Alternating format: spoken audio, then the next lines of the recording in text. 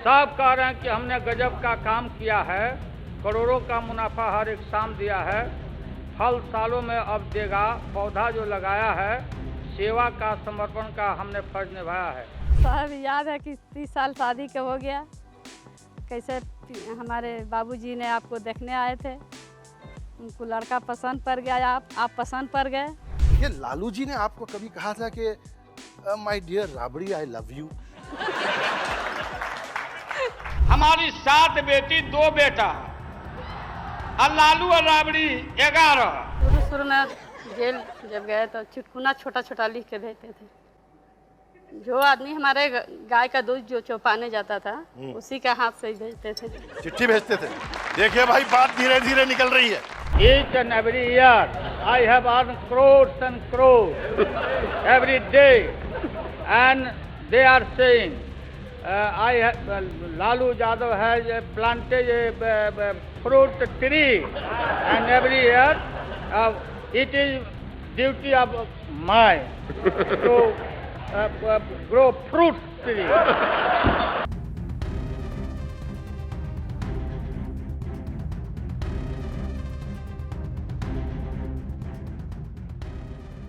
बिहार की सत्ता जाने के बाद लालू प्रसाद ने केंद्र की राजनीति में अपनी नई भूमिका खोज ली। 2004 के लोकसभा चुनाव में लालू की पार्टी आरजेडी ने कांग्रेस के साथ गठबंधन किया और बड़ी जीत हासिल की।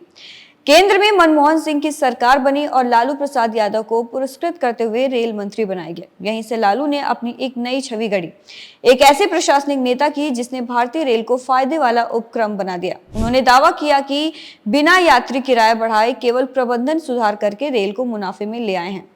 लालू के फैसले सुर्खियों में रहे। रेलवे स्टेशनों पर चाय के लिए प्लास्टिक कप की बजाय कुल्हड़ लागू किए गए ताकि गांव के कुम्हारों को रोजगार मिले। खाली माल गाड़ियों में माल ढुलाई बढ़ाकर कमाई बढ़ाई और ट्रेन के डिब्बों में सफर करके खुद हालत का जायजा लिया। वो मजाक में कहते थे, अगर गाड़ी को पूरा नहीं धोएगा तो गाय बीमार हो जाएगी, यानी संसाधन का पूरा उपयोग करना चाहिए। लालू के इस रेलवे रूपी करिश्मे पर हार्वर्ड और आईआईएम जैसे संस्थानों ने केस स्टडी की, उन्हें लेक्चर देने बुलाया गया। दुनिया भर में ये चर्चा होने लगी कि एक ग्वाले का बेटा परिवार से निकला और भारतीय लोकतंत्र में ऊंचे मुकाम तक पहुंचकर रेलवे जैसा बड़ा तंत्र चला रहा है। लालू इसे अपनी जीत बताते हुए कहते थे, दुनिया जानना चाहती है कि एक गाय चराने वाले का बेटा इतना ऊपर कैसे पहुंच गया। ये भारतीय लोकतंत्र की जीत है। उनके मुताबिक विदेशी लोग उनके देसी मैनेजमेंट से सबक लेना चाहते। हालांकि बाद में विरोधियों ने यह कहना शुरू किया कि रेलवे का तथाकथित मुनाफा असल में खाते पत्तों का खेल था और लालू ने आंकड़ों की बाजीगरी दिखाई। 2009 के बाद जब ममता बनर्जी रेल मंत्री बनी तो उन्होंने पिछड़े आंकड़ों पर सवाल उठाए, लेकिन उन कुछ सालों में लालू प्रसाद की छवि देश भर में एक प्रबंधन गुरु जैसी बन गई थी, जो अपने हंसमुख स्वभाव के चलते और निखर गए। इस दौर में लालू प्रसाद यादव का सोनिया गांधी से रिश्ता काफी मजबूत हुआ। वे कांग्रेस के विश्वास पात्र सहयोगी बनकर उभरे। याद कीजिए 1999 का वक्त, जब सोनिया गांधी के विदेशी मूल का मुद्दा उठाकर शरद पवार वगैरह ने बवाल किया था। उस समय लालू उन चंद नेताओं में थे जिन्होंने खुलकर सोनिया का साथ दिया। लालू ने तब 2 टूक कहा था कि मैं सोनिया गांधी को कभी नहीं छोड़ूंगा, यानी वे अंत तक कांग्रेस के साथ खड़े रहेंगे। यही वफादारी आगे चलकर उन्हें यूपीए सरकार में अहम पद दिलाने का काम आई। लालू अक्सर सोनिया को मैडम कहकर संबोधित करते थे और इज्जत देते थे। दोनों के बीच एक सहज संवाद था। कहा जाता है कि जब जब लालू प्रसाद कांग्रेस या सोनिया पर कोई चुटकी लेते, तुरंत सोनिया गांधी फोन उठाकर उन्हें प्यार से डांटते हुए कहती थी, लालू जी मिलकर बैठते हैं, सब ठीक करते हैं। 2017 में तो एक मजेदार वाकया यह भी हुआ कि लालू ने सार्वजनिक मंच से कांग्रेस को कुछ कमजोर बता दिया तो तुरंत सोनिया का फोन आ गया, मानो कह रही हूं लेट्स फिक्स इट।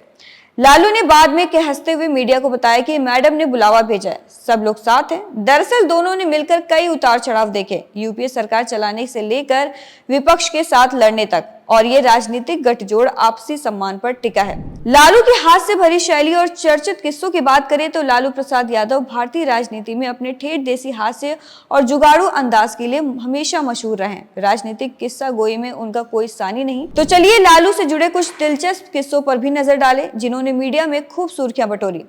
पहला किस्सा है हेमा मालिनी वाले गाल।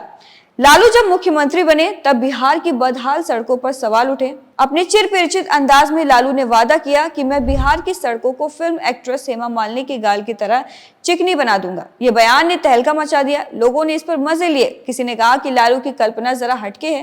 खबर है कि खुद हेमा मालिनी को जब ये बात पता चली तो वो कुछ नाराज हुई कि उनके गाल को राजनीति में क्यों घसीटा गया। बाद में लालू ने सफाई दी कि उनका मतलब बिहार की सड़कों को सुंदर बनाना था, किसी की बेइज्जती करना नहीं। यह वाकया आज भी चटकारे लेकर सुनाया जाता है। दूसरा वाकया यह है कि चुनावी माहौल में लालू के समर्थकों ने एक नारा उछाला जो बाद में खुद लालू की जुबान पर चढ़ गया, जब तक समोसे में आलू रहेगा तब तक बिहार में लालू रहेगा। मतलब जैसे समोसे में आलू अनिवार्य है, वैसे बिहार की सियासत में लालू।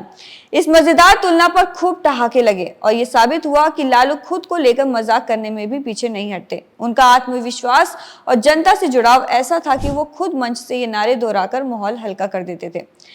तीसरा वाकया ये था कि लालू यादव के राज्य में कई प्रशासनिक अधिकारियों से जुड़े किस्से प्रचलित हैं। एक किस्सा है कि एक बार किसी मीटिंग में अंग्रेजी में रिपोर्ट पेश कर रहे अधिकारी को लालू ने टोक दिया, अंग्रेजी में क्या बड़बड़ा रहे हो, कुछ हमारी भाषा में बोलिए।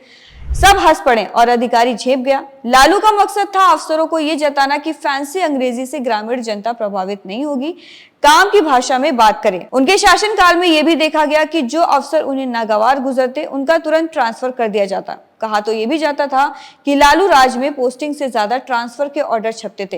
एक मजेदार दास्तां पटना के सर्कल में मशहूर थी कि एक अधिकारी ने सरकार की नीतियों की बहुत बढ़िया आलोचनात्मक प्रेजेंटेशन दी। अगले दिन वह ट्रेनिंग पर भेज दिए गए। लालू ऐसे वाक्यों पर हंसते हुए कहते थे, हमको नौकरी सिखाएंगे, भेज दो जरा आगे की पढ़ाई करने। बेशक ये बात वो मजाक में कहते, मगर संदेश साफ रहता कि आखिरी फैसला लालू का ही चलेगा। दूसरी तरफ लालू ने कई ऐसी मिसालें भी कायम की जब उन्होंने दलित पिछड़ी पृष्ठभूमि के अफसरों को बड़े पदों पर बैठाया। वे कहते थे कि उच्च पदों पर हमेशा कुछ खास जातियों का कब्जा रहा है, तो उन्होंने इस संतुलन को तोड़ा। समर्थक इसे सामाजिक न्याय का हिस्सा मानते तो विरोधी इसे मेरिट से खिलवाड़ बताकर आलोचना करते। चौथा वाक्य यह है कि जब लालू प्रसाद अपने मजाकिया लहजे से सांप्रदायिक सौहार्द भी मजबूत करने की कोशिश करते थे। होली के मौके पर रंगों में सराबोर लालू पत्रकारों के सामने भांग की तरंग में गीत सुनाते नजर आते। इफ्तार पार्टी में वे टोपी पहनकर बढ़ चढ़कर शिरकत करते ताकि अल्पसंख्यकों को संदेश जाए कि लालू उनका अपना है। एक दफा पत्रकार ने पूछा कि आप हर त्योहार ऐसे मनाते हैं? लालू चुटकी लेकर बोले, भैया हम धर्मनिरपेक्ष परिवार के हैं, पुआ खीर सेवैयां सब खाते हैं, बस चारा नहीं खाते। अंतिम वाक्य कहते ही खुद ठठाकर हंस पड़े और माहौल हल्का हो गया। इस तरह अपने ऊपर लगे आरोप को भी जोक में बदल देने का हुनर शायद लालू के अलावा किसी और राजनेता में नहीं दिखता।